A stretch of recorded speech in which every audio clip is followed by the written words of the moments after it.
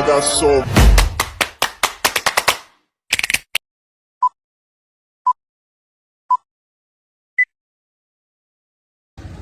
Halo guys, Assalamualaikum warahmatullahi wabarakatuh. Kami dari kelompok 2 akan mempresentasikan materi tentang prinsip-prinsip kurikulum dalam mata kuliah kurikulum Bahasa dan Sastra Indonesia. Selamat menyaksikan. Dadah. Dadah kasih. Assalamualaikum warahmatullahi wabarakatuh. Selamat siang. Puji syukur mari kita panjatkan kehadirat Allah Subhanahu wa taala yang mana telah memberikan kesehatan kepada kita semua sehingga kita semua bisa berkumpul bersama di sini dalam mata kuliah kurikulum Bahasa dan Sastra Indonesia.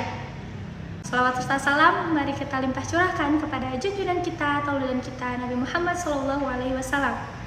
Yang terhormat Bapak Dr. Ahmad Saiful Rahman MPD dan teman-teman sekalian yang saya banggakan, perkenalkan, saya Rini Nurantika yang akan memandu sesi diskusi pada kesempatan kali ini.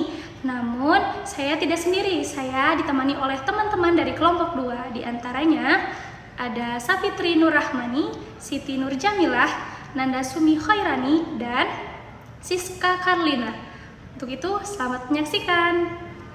Materi pertama akan disampaikan oleh Saudari Safitri Nur Rahmani. Kepadanya dipersilahkan.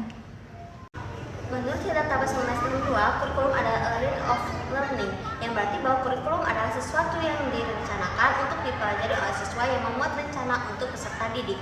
Pengembangan kurikulum adalah sebuah proses yang merencanakan menghasilkan suatu alat yang lebih baik dengan didasarkan pada hasil penilaian terhadap kurikulum yang telah berlaku, sehingga dapat memberikan kondisi belajar mengajar yang baik.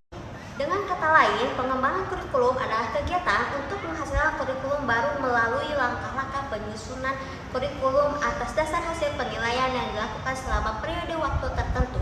Pengembangan kurikulum pada hakikatnya adalah proses atau kegiatan yang disengaja dan dipikirkan untuk menghasilkan sebuah kurikulum sebagai pedoman dalam proses dan penyelenggaraan pembelajaran oleh guru di sekolah. Terima kasih kepada Saudari Safitri yang telah memaparkan materinya. Materi selanjutnya akan dipaparkan oleh Saudari Siti Nur Jamilah. Kepadanya dipersilahkan. Menurut Armia di 2017 terdapat 3 sumber prinsip pengembangan kurikulum, yaitu yang pertama data empiris. Data empiris adalah data yang ditemukan atau disimpulkan dari sebuah eksperimen atau penelitian. Ilmu dan penelitian pada zaman modern sekarang ini memiliki kiblat empiris. Segala penemuan atau bukti harus berdasarkan penelitian atau eksperimen secara inderawi. Perbedaan dengan penggunaan dalam bidang filsafat yang biasanya disebut empirisme atau empirisisme mengacu pada hipotesis yang dapat diteliti dan dibuktikan kebenarannya melalui observasi atau eksperimen. Nah, yang kedua, ada data eksperimen. Data yang didapat dari hasil penelitian eksperimen untuk mengetahui akibat yang ditimbulkan dari suatu perlakuan yang diberikan secara sengaja oleh peneliti. Kemudian yang ketiga, ada cerita atau legenda yang hidup dalam masyarakat atau folklore of curriculum. Banyak data-data penelitian yang digunakan juga terbukti efektif untuk memecahkan masalah-masalah kehidupan yang kompleks. Di antaranya yaitu ada kebiasaan yang hidup di masyarakat dan penilaian akal pikiran. Prinsip kurikulum diartikan sebagai aturan yang menjiwai pengembangan kurikulum.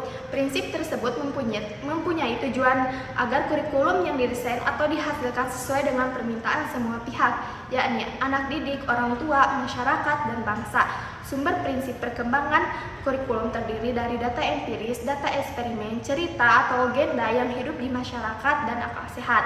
Prinsip-prinsip perkembangan kurikulum, pengembangan kurikulum menggunakan prinsip-prinsip yang telah berkembang dalam kehidupan sehari-hari atau justru menciptakan prinsip-prinsip baru. Oleh karena itu, dalam implementasi kurikulum di lembaga pendidikan sangat dimungkinkan untuk menggunakan prinsip yang berbeda dari kurikulum yang digunakan di lembaga pendidikan lain sehingga akan ada banyak prinsip yang digunakan dalam pengembangan kurikulum. Terima kasih kepada Siti Nur Jamila yang telah memaparkan materinya. Selanjutnya akan disampaikan oleh Saudari Nanda Sumi Khairani. Kepadanya dipersilahkan.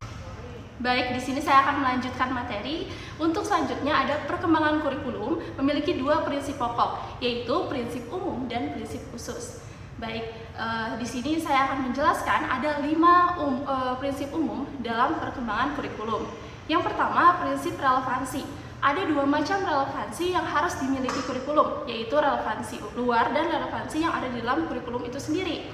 Relevansi luar seperti isi, tujuan, proses pembelajaran, penyampaian, dan penilaian yang tercakup dalam kurikulum sesuai dengan tuntutan, kebutuhan, dan perkembangan dalam masyarakatnya. Kurikulum mempersiapkan siswanya untuk menghadapi perjalanan hidup sekarang dan yang akan mendatang. Yang kedua, prinsip fleksibilitas. Nah, kurikulum harus memiliki sifat lentur dan fleksibel. Walaupun setiap anak memiliki latar belakang yang berbeda, kurikulum yang baik berisi hal-hal yang solid, sehingga dalam pelaksanaannya memungkinkan terjadinya penyesuaian berdasarkan kondisi daerah, waktu maupun kemampuan dan latar belakangnya. Yang ketiga, prinsip konstitunitas. Nah, kurikulum sebaiknya berkesinambungan antara satu tingkat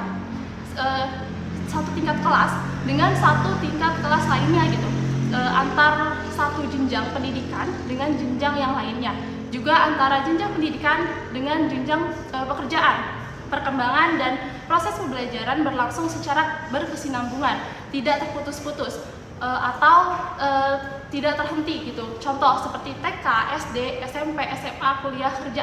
Nah, itu tidak terputus, jadi berkesinambungan. Selanjutnya yang keempat, prinsip praktis.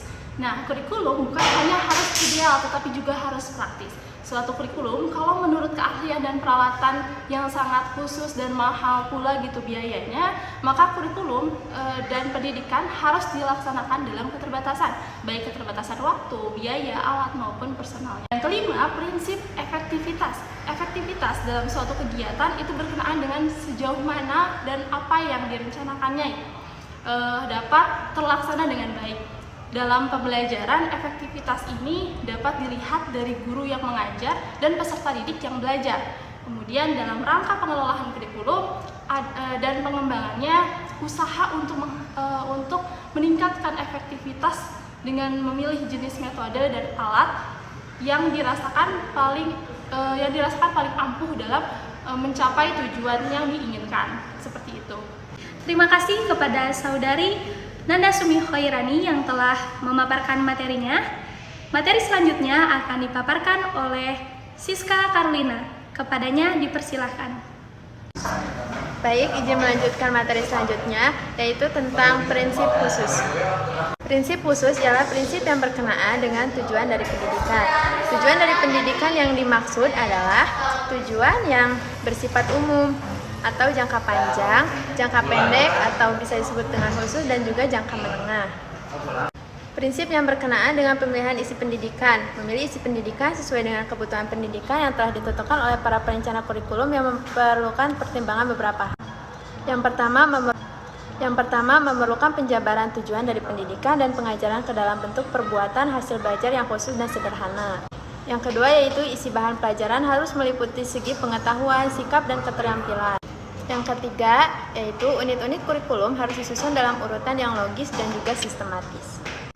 Selanjutnya yaitu prinsip yang berkenaan dengan pemilihan proses belajar mengajar. Selanjutnya, prinsip yang berkenaan dengan media dan alat bantu dalam pengajaran. Dalam mewujudkan proses pembelajaran yang efektif dan efisien, maka harus memerlukan dukungan dari penggunaan media dan alat bantu dalam belajar dengan tepat.